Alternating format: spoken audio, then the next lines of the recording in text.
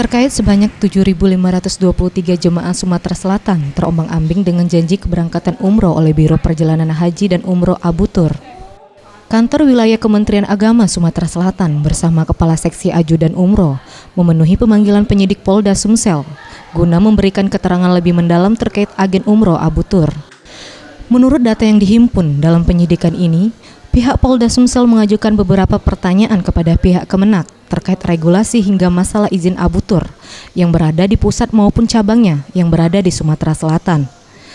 Ketika ditanya terkait izin Abu Tur yang berada di Palembang, Kasubag Inmas Kanwil Kemenak Provinsi Sumsel, Saifuddin Latif memastikan Abu Tur yang berada di Sumatera Selatan, SK pengesahan dari Kantor Kementerian Agama Sumsel, belum mengantongi izin secara legal.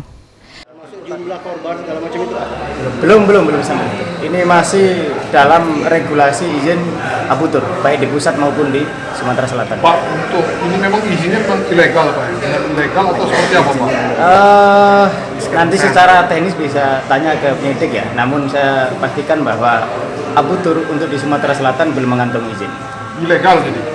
Ya, bisa ditafsirkan sendirilah seperti itu. Yang jelas SK pengesahan dari Kementerian Agama Sumatera Selatan belum ada.